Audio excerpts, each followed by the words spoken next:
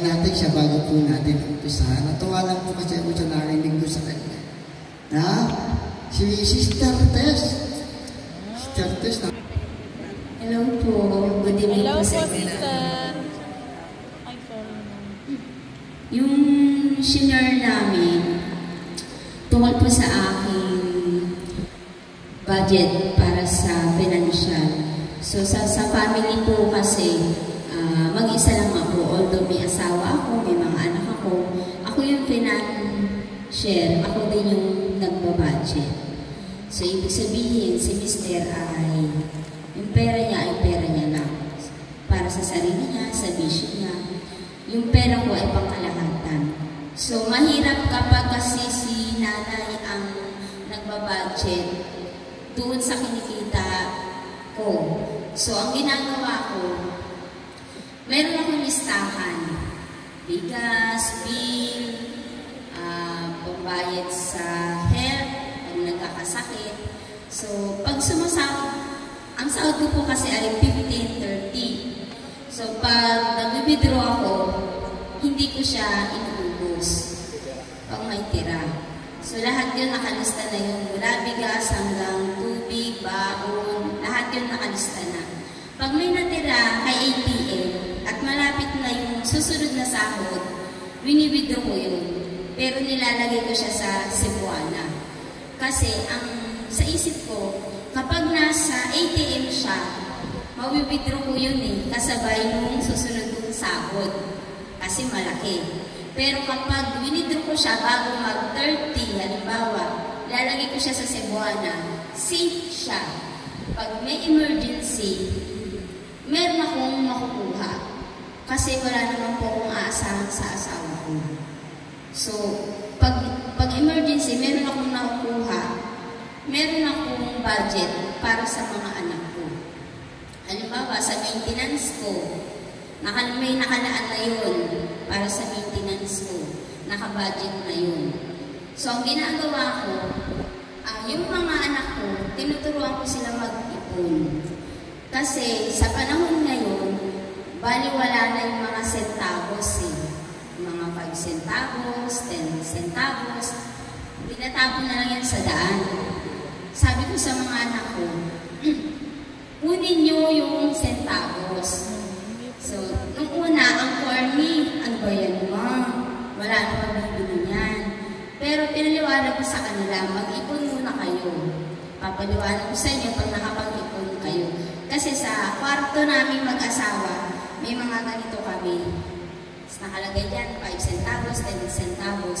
Pag puno na siya, dinadala ko yung mga anak ko sa social na bilihan, hindi sa tindahan. Pinapalit namin ito, nagkakalaman kasi ito ng 210, ang isang ganito sa 10 centavos. Pinapalit namin yun. Tapos bumibili kami ng grocery. Yung mga anak ko, sila yung pinagbabayad ko doon sa cashier. Pag uwi namin sa bahay, sasaya nila kasi wala silang nilalabas na pera. Doon ko sa kanila pinapaliwanag kung ano yung kahalagahan ng 5 centavos at saka 10 centavos. Mga penny loan, ay hindi ako magbibigay ng loan mo pang ML. Pumulot ka ng centavos sa kalsada. O, pag nakaipon ka, yung 210 mo, ibili mo ng loan. Nagagawa naman nila ngayon. So, naliles yung alalahanin ko. Kasi yung ilan silang nag-loan, college, high school, elementary, pati nga yung 6 years old kong anak na papaload na sa akin. Kaya sabi ko sa kanila, kung gusto nyo magkaroon, mag-ipon kayo. O kung gusto nyo meron kayong bibilhin na jersey, kasi nagbabasketball na anak ko, mag-ipon kayo. Sabi ko, akong bahala. Kasi kahit walang pambiling jersey sa Pure Gold, sa SM Store, sa Robinson, ako ang magpapalit ng pera. At least meron tayong naka-stock na Lucky Me, na sardinas, na kapag babangon kayo, hindi tayo maghihirap. at least meron kayong pinahalagahan doon sa sakripisyo ng magulang ninyo at nakatulong kayo doon sa pamilya natin. Kahit alam nila yung papa nila ay wala ka talaga maaasahan. So, yung mga anak ko, ganun yung technique nila. Meron din kaming pinag-aaral na college na kasi yung kapatid ko, namatay siya, yung pamangkin ko nasa akin na, siya yung college ko ngayon. So, natututo din siyang mag-Cebuana. Ang ginagawa naman niya, kapag nakaipon siya ng mga sentavo, pinagpapalit niya sa pure gold, pero hindi niya binibili. Ilalagay niya sa Cebuana. So, pag may mga project, hindi na siya nanghihingi sa akin na tita, kailangan ko magbayad ng school uniform. Sabi ko, 350 yun. O, sabi ko, may naipon ka bang centavos? Meron tita, kaso hindi makakabayad sa school. O amin, napalit tayo. Nagpapalit kami.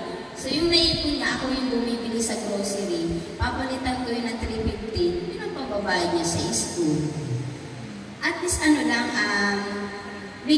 binigyan ko lang sila ng technique para hindi sila yung sobrang asa. Kasi iba ang mga kabataan talaga ngayon. Hindi katulad ng mga kabataan namin na ultimo sentavo napapahalagahan namin. Ngayon hindi na talaga. So dapat hanggat maaari, kabarkadahin mo yung mga anak mo, ipaliwanag mo sa kanila yung sitwasyon o realidad ng buhay na mahirap, pag hindi ka nakapagtapos, wala kang ng trabaho, saan ka kukuha ng pera, saan ka aasa.